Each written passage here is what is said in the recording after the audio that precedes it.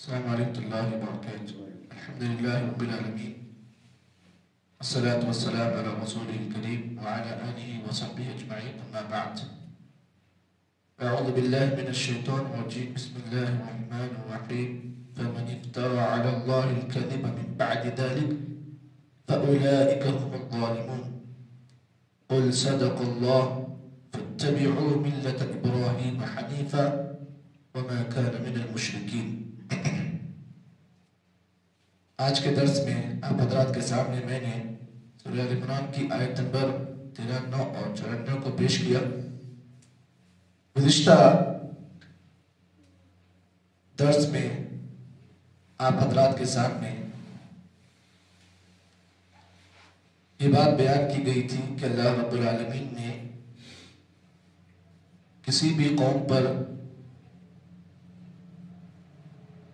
کسی بھی چیز کو اپنے طور پر کوئی قوم حرام کر لیتی ہے تو اس کے لیے دلیل کی ضرورت پڑتی ہے، اور جب تک کوئی دلیل نہ ہو اس وقت تک آدمی اپنے طور پر کسی چیز کو حلال کر لیتا ہے یا اپنے طور پر کسی چیز کو حرام کر لیتا ہے تو یہ اللہ کی شریعت میں دخل دینے کے برابر ہے. حلال وہی ہے جس کو اللہ اس کے رسول نے حلال کیا ہے، اور حرام وہی ہے جس کو اللہ اس کے رسول نے حرام کیا ہے. اور یہ بات بھی بیان کی گئی تھی کہ اللہ کے نبی صلی اللہ علیہ وسلم کو بھی اختیار نہیں کہ وہ اپنی طور پر کسی چیز کو حلال کر لیں اور کسی چیز کو حرام آپ کر لیں. اللہ کے نبی صلی اللہ علیہ وسلم نے اپنے اوپر شہد کو حرام کیا تو اللہ رب العالمین نے فوری نبی اکرم صلی اللہ علیہ وسلم کو ڈانٹ ڈپٹ کی. اس کے بعد نبی صلی اللہ علیہ وسلم واپس اپنے موقف کی طرف واپس لوٹ کر آئے. تو یہاں پر اس گزشتہ درس میں آیت نمبر 92 میں آپ کے سامنے یہ بات پیش کی گئی تھی کہ بنی اسرائیل نے اپنے اوپر بعض چیزوں کو حرام کر لیا تھا، جیسے اونٹ کا گوشت اور اس کا پیشاب جو ہے انہوں نے اسے اپنے اوپر حرام کیا تھا. وجہ کیا تھی کہ بنی اسرائیل نے اپنے اوپر ان دو چیزوں کو حرام کیوں کیا تھا؟ اس کی وجہ آپ دیکھیں. آپ جانتے ہیں کہ بنی اسرائیل جو قوم ہے وہ حضرت یعقوب علیہ السلام کے جو بیٹے تھے اسحاق علیہ السلام، تو انہی کے ذریعے سے حضرت اسحاق علیہ السلام کی اولاد میں سے جو نسل نکلی اسے بنی اسرائیل کہتے ہیں. حضرت یعقوب علیہ السلام کے جو بیٹے ہیں اسحاق علیہ السلام، تو اسحاق علیہ السلام سے جو اولاد نکلی انہیں بنی اسرائیل کے نام سے مشہور کہتے ہیں. تو بنی اسرائیل جو ہے ان کے جو اصل مین ہیں یعقوب علیہ السلام، ان کے بارے میں مفسرین نے یہ بات لکھی ہے کہ یعقوب علیہ السلام کو ایک بیماری ہوئی تھی جسے عرق النساء کہتے ہیں. عرق النساء میں کیا ہوتا ہے کہ گرمی کی وجہ سے کبھی کبھار آدمی کو اس کی شرمگاہ سے جو ہے خون ٹپکتا ہے، گرم چیز کھاتا ہے تو گرمی کی وجہ سے آدمی کو خون نکلتا ہے. تو یعقوب علیہ السلام کو یہ بیماری آئی تھی عرق النساء کی. اس میں کیا ہوتا ہے کہ آدمی جب کوئی گرم چیز اوور لوڈ کر لیتا ہے تو کیا ہوتا ہے، تو اس کے شرمگاہ سے جو ہے گرمی کی وجہ سے خون نکلتا ہے. تو یعقوب علیہ السلام کو یہی بیماری لگ گئی تھی. تو یعقوب علیہ السلام نے یہ نظر مانی تھی، یہ منت مانی تھی کس چیز کی، کہ میں آئندہ سے اپنے اوپر جو ہے اونٹ کا گوشت اور اس کا پیشاب نہیں پیوں گا، کیونکہ اونٹ کا گوشت بہت گرم ہوتا ہے. تو انہوں نے یہ نظر مانی تھی کہ میں آئندہ سے اب یہ چیز نہیں کھاؤں گا. نظر مانی تھی انہوں نے، جبکہ یہ چیز نہ تورات میں لکھی ہوئی تھی کہ یہ چیز حرام ہے، بلکہ انہوں نے اپنے طور پر یہ نظر مانی تھی کہ میں نہیں کھاؤں گا. اب یہاں پر بنی اسرائیل جو ہے وہ اپنے باپ جو ہے یعقوب علیہ السلام، اسحاق علیہ السلام جو ہے اصل مین جو ان کے دادا جو یعقوب علیہ السلام ہے، وہ اس کی اتباع کرتے ہوئے کہتے ہیں کہ ہم یہ چیزوں کو ہم نے اپنا حرام کر لیا. جبکہ تورات کا اگر نسخہ آپ نکال کر دیکھیں تو اللہ رب العالمین نے تورات میں کہیں بھی یہ نہیں لکھا کہ اونٹ کا گوشت اور اس کا پیشاب حرام ہے. جبکہ انہوں نے اپنے آبا و اجداد کی اتباع کرتے ہوئے، اپنے باپ دادا کی پیروی کرتے ہوئے انہوں نے اس چیز کو حرام کر لیا. جبکہ یہ بات آپ جانیں، شریعت کی جو بات آتی ہے نا اس میں باپ دادا کی بات کو داخل کرنا غلط ہے، بلکہ اللہ تعالیٰ کی بات کو سنا جائے گا. میرا باپ نے ایسا کیا، میرے دادا نے ایسا کیا، میں بھی ایسے کروں گا، یہ نہیں چلے گا. قانون اللہ تعالیٰ کا ہے، قانون اللہ تعالیٰ کا جو بھی ہوتا ہے اس کو ماننا آپ کا ضروری ہے. قانون کے خلاف اگر آپ کا باپ آتا ہے تو حکومت کیا کرتی ہے؟ باپ کو اندر ڈال دیتی ہے، کہتی ہے ہمارے قانون کو فالو کرنا پڑے گا. تمہارا باپ دادا تھا ہوں گا لیکن تم اس کو مانتے ہو تو تم ہمیں ہمارے قانون کی پیروی کرنی پڑے گی. تو یہاں پر بھی اللہ کا قانون یہ ہے کہ اللہ رب العالمین نے جن چیزوں کو حلال کیا ہے، اگر اس میں آدمی اپنے باپ دادا کو اگر لا کر یہ کہتا ہے کہ میں یہ چیز کو حلال نہیں سمجھوں گا، تو پھر یہ قانون کی خلاف ورزی ہے۔ تو رب کا قانون یہ ہے، رب کا آرڈر یہ ہے کہ اللہ نے جن چیزوں کو حلال کیا ہے بندہ بھی اسے اپنے اوپر حلال سمجھے۔ جی، تو یہ وجہ ہے، اسی وجہ سے بنی اسرائیل نے اپنے اوپر جو ہے اونٹ کا گوشت اور پیشاب کو حرام کیا تھا۔ یہ ایک بہت بڑی وجہ آپ کو میں نے آج کے درس میں پیش کی ہے۔ اب یہاں پر اللہ رب العالمین نے یہ بات بیان کی، جب یہودیوں نے اللہ کے نبی سے بحث مباحثہ کیا کہ اونٹ کا گوشت اور پیشاب حرام ہے، تو اللہ کے نبی نے کیا کیا؟ دلیل پوچھی، بتاؤ تمہارے پاس دلیل کیا ہے اس کی؟ دلیل لاؤ بھائی، تم دلیل ہے۔ دیکھیے، کسی بھی مسئلے میں اگر آپ سے بحث ہو جائے سامنے والے آدمی سے، تو وہاں پر آپ کو اپنی بات رکھنے کے لیے دلیل پیش کرنی پڑے گی۔ قُلْ هَاتُوا بُرْهَانَكُمْ إِن كُنتُمْ صَادِقِينَ۔ اللہ نے کہا کہ سچے آدمی کی دلیل یہ ہے کہ وہ برہان پیش کرتا ہے۔ برہان سے مراد دلیل، ریفرنس۔ بغیر ریفرنس کے آدمی یہ کہتا ہے کہ میری بات سچی ہے تو نہیں مانا جائے گا، دلیل ہوگی، دلیل دلیل دلیل۔ تو اللہ نے کہا قُلْ هَاتُوا قُلْ فَأْتُوا بِالتَّوْرَاةِ، اے یہودیو، اے بنی اسرائیل کے لوگوں، قُلْ فَأْتُوا بِالتَّوْرَاةِ، اگر تم یہ کہہ رہے ہو کہ یہ چیزیں حرام ہیں تو لاؤ، تمہاری کتاب لاؤ، اس میں دیکھا جائے گا۔ ہاں، اگر اس میں لکھا گیا ہے تورات میں کہ اونٹ کا گوشت حرام ہے، ہم بھی اسے حرام کر لیں گے۔ تو یہاں پہ یہ بات رکھیں، جب بھی جھگڑا ہو کسی غیر جماعت یا کسی غیر آدمی سے آپ کا جھگڑا ہو، اس وقت گالی گلوچ کے بجائے اگر اپنے آپ کو آپ صحیح کہہ رہے ہو، دلیل پیش کر دو، دلیل سے بات ہوگی۔ مثال کے طور پر آپ کو جو ہے نماز پڑھنی ہے، تو نماز کا طریقہ آپ کو جو ہے پورا حدیثوں میں بیان کیا گیا ہے، تکبیر تحریمہ سے لے کر سلام پھرنے تک پورا طریقہ آپ کو نمازوں کا احادیث میں موجود ہے۔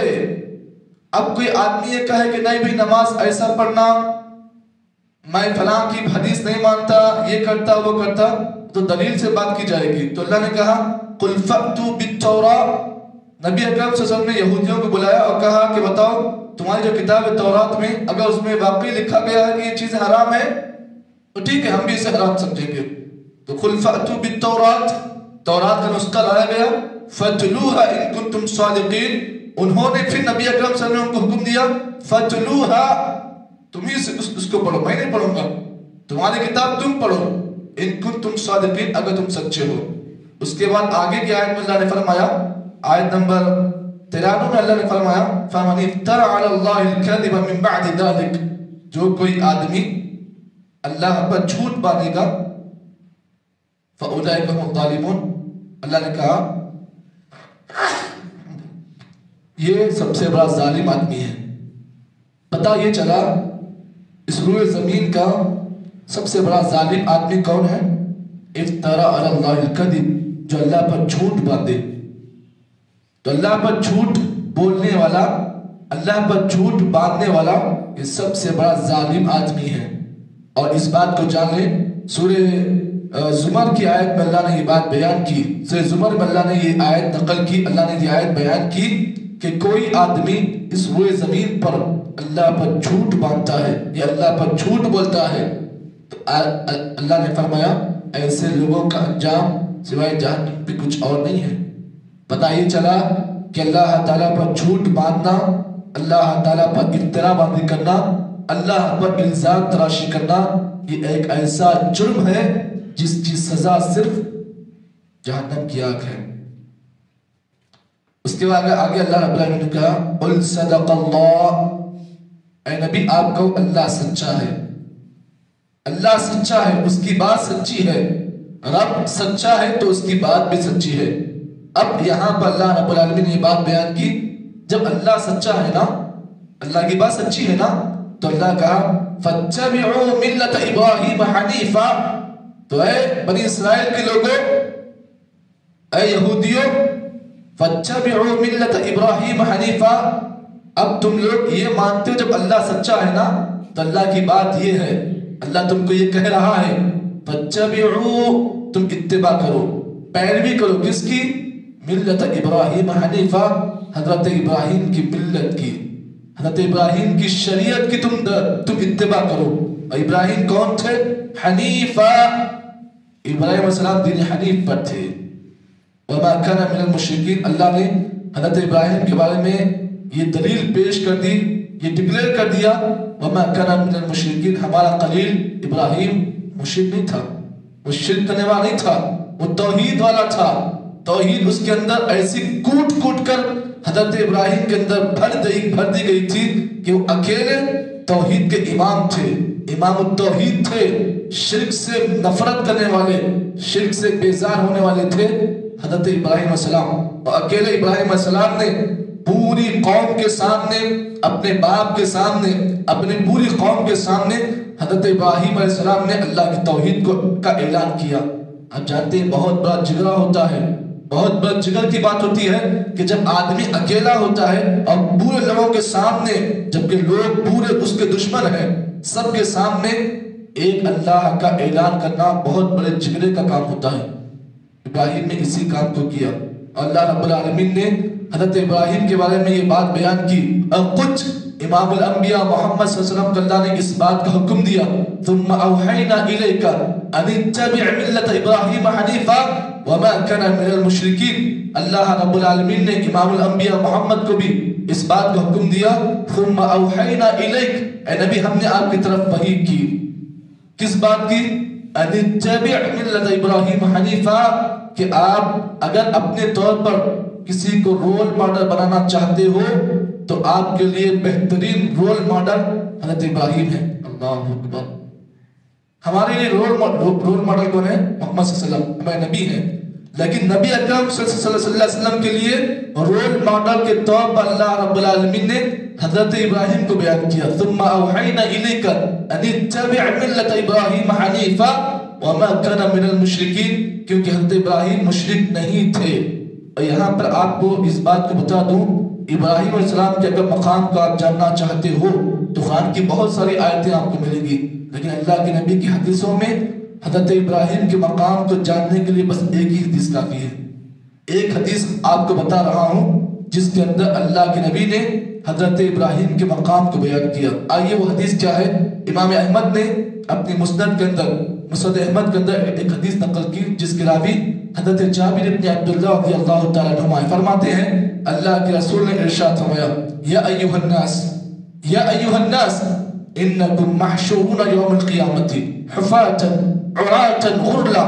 اللہ کے نبی نے فرمایا، اے لوگو، اے لوگو، قیامت کے دن حشر کے میدان میں، میدان محشر میں تم سب کو اللہ رب العالمین ننگے پاؤں، ننگا بدن اللہ تعالیٰ تمہیں ایک میدان میں کھڑا کرے گا جس کا نام میدان محشر ہوگا۔